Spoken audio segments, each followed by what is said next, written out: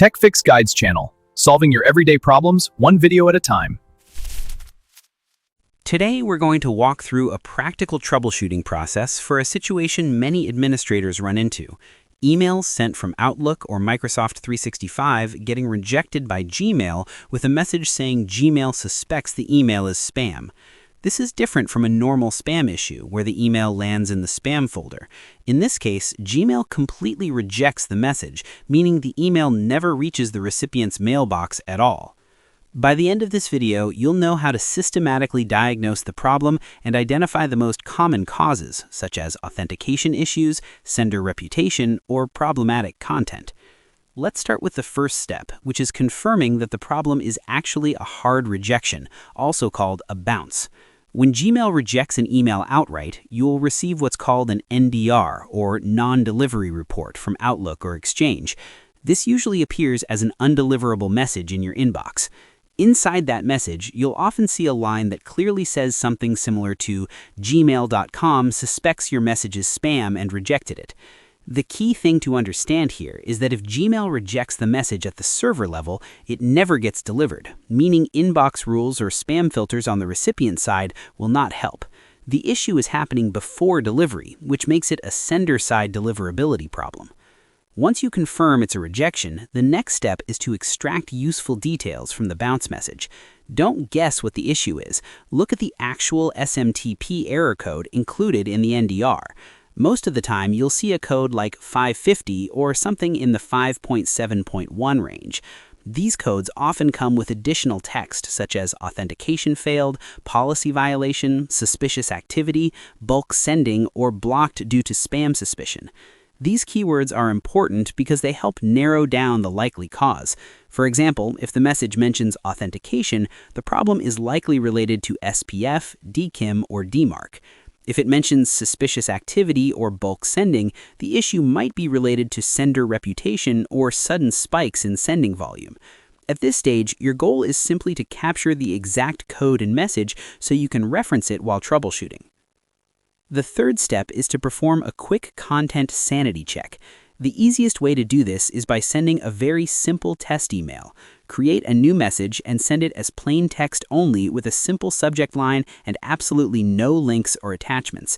If this clean test email successfully reaches Gmail while your original email continues to be rejected, then the problem is likely related to the content of the email itself rather than authentication or server configuration. This quick test saves a lot of time because it immediately tells you which direction to investigate next. If the clean email works, the next step is to isolate potential content triggers. Start adding elements back into the message one at a time. First, try attaching a PDF file, then test again with a single link, and finally, try sending your normal email template. The idea is to identify which specific element triggers the rejection. Certain file types, such as zip files, RAR archives, macro-enabled documents, or password-protected attachments, can easily raise spam suspicion. Similarly, heavily formatted HTML emails, marketing templates, or tracking links from third-party services can sometimes trigger filters. By reintroducing components gradually, you can pinpoint exactly what causes Gmail to reject the message. If content isn't the issue, then the next area to check is email authentication, starting with SPF, which stands for Sender Policy Framework. SPF is one of the most common causes of deliverability problems because it relies on DNS records that are often misconfigured. You should verify that your domain has exactly one SPF TXT record published in DNS. Having multiple SPF records is a very common mistake and can cause authentication to fail. You should also ensure that the SPF record authorizes the correct sending source, such as Microsoft 365 or whichever SMTP service your organization is using. Essentially, SPF tells receiving servers that a particular mail server is allowed to send email on behalf of your domain. When SPF passes successfully, Gmail gains more confidence that the message is legitimate. The next important authentication method is DKIM, which stands for Domain Keys Identified Mail. DKIM works by adding a cryptographic signature to every outgoing message. When Gmail receives the email, it checks that signature against the public key published in your domain's DNS records. If the signature matches, Gmail knows that the email has not been altered and that it truly originated from your domain. In Microsoft 365, enabling DKIM usually involves turning it on for your domain in the admin portal and publishing the required DNS records. Once DKIM is enabled and properly configured, you should see DKIM pass in the email headers of new messages.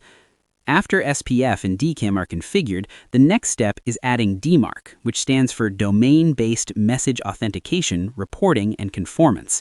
DMARC builds on SPF and DKIM by telling receiving servers what to do if authentication fails.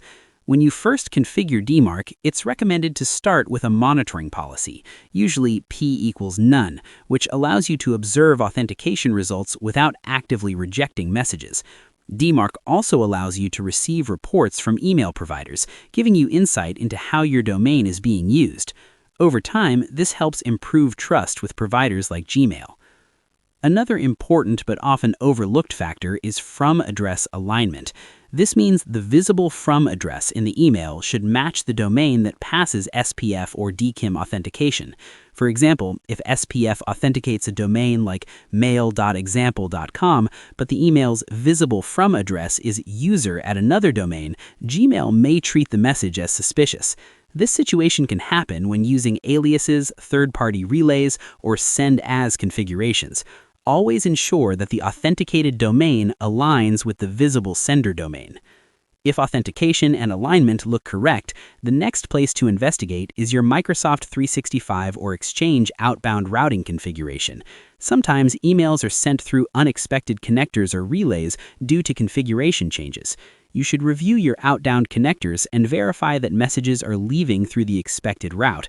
Running a message trace in Microsoft 365 can help confirm the sending path and reveal how the remote server responded. Misconfigured connectors can sometimes break authentication alignment or cause mail to be routed through servers that lack proper reputation. Speaking of reputation, even correctly configured systems can experience rejections if the sending domain or IP address suddenly sends a large volume of email. Gmail closely monitors sending behavior, and sudden spikes in volume can look suspicious. If you recently sent a large campaign or automated sequence, it may help to temporarily pause sending for 24 to 48 hours. After that, gradually resume normal sending levels. This process is often referred to as warming up your sending reputation. While you're working through these fixes, there are also a few safe workarounds you can use if you need to deliver important information immediately. One option is sending a simple plain text email without links or attachments. Another approach is sharing attachments through a secure file sharing link instead of attaching them directly. You can also ask the recipient to add your email address to their contacts, which might slightly improve deliverability. However, remember that these workarounds only help temporarily. They don't solve the underlying problem. Finally, if you've verified that SPF, DKIM, and DMARC are correctly configured and Gmail continues rejecting messages for several days, it may indicate a deeper issue related to domain or IP reputation. At this point, it's best to check reputation monitoring tools and review logs at the administrator level. If necessary, you may need to escalate the issue to your email provider's support team or consider adjusting your sending route if the IP address has developed a poor reputation. By following this structured troubleshooting process, starting with the bounce message, testing email content, verifying authentication, checking alignment and routing, and finally considering reputation, you can systematically identify the root cause of Gmail rejecting your emails and restore reliable email delivery to Gmail recipients. In summary, when Gmail rejects emails due to suspected spam, the key is to avoid guessing and instead follow a structured troubleshooting approach. Start by carefully reviewing the bounce message and SMTP error codes, then test with a simple email to rule out content-related triggers. After that, verify your authentication setup, including SPF, DKIM, and DMARC, and ensure proper alignment between the sending domain and the visible from address. Finally, review your outbound routing and sender reputation. By methodically checking each of these areas, administrators can quickly identify the root cause and restore reliable email delivery to Gmail recipients. Another helpful long-term practice is to regularly monitor your domain's email health instead of waiting for delivery problems to appear.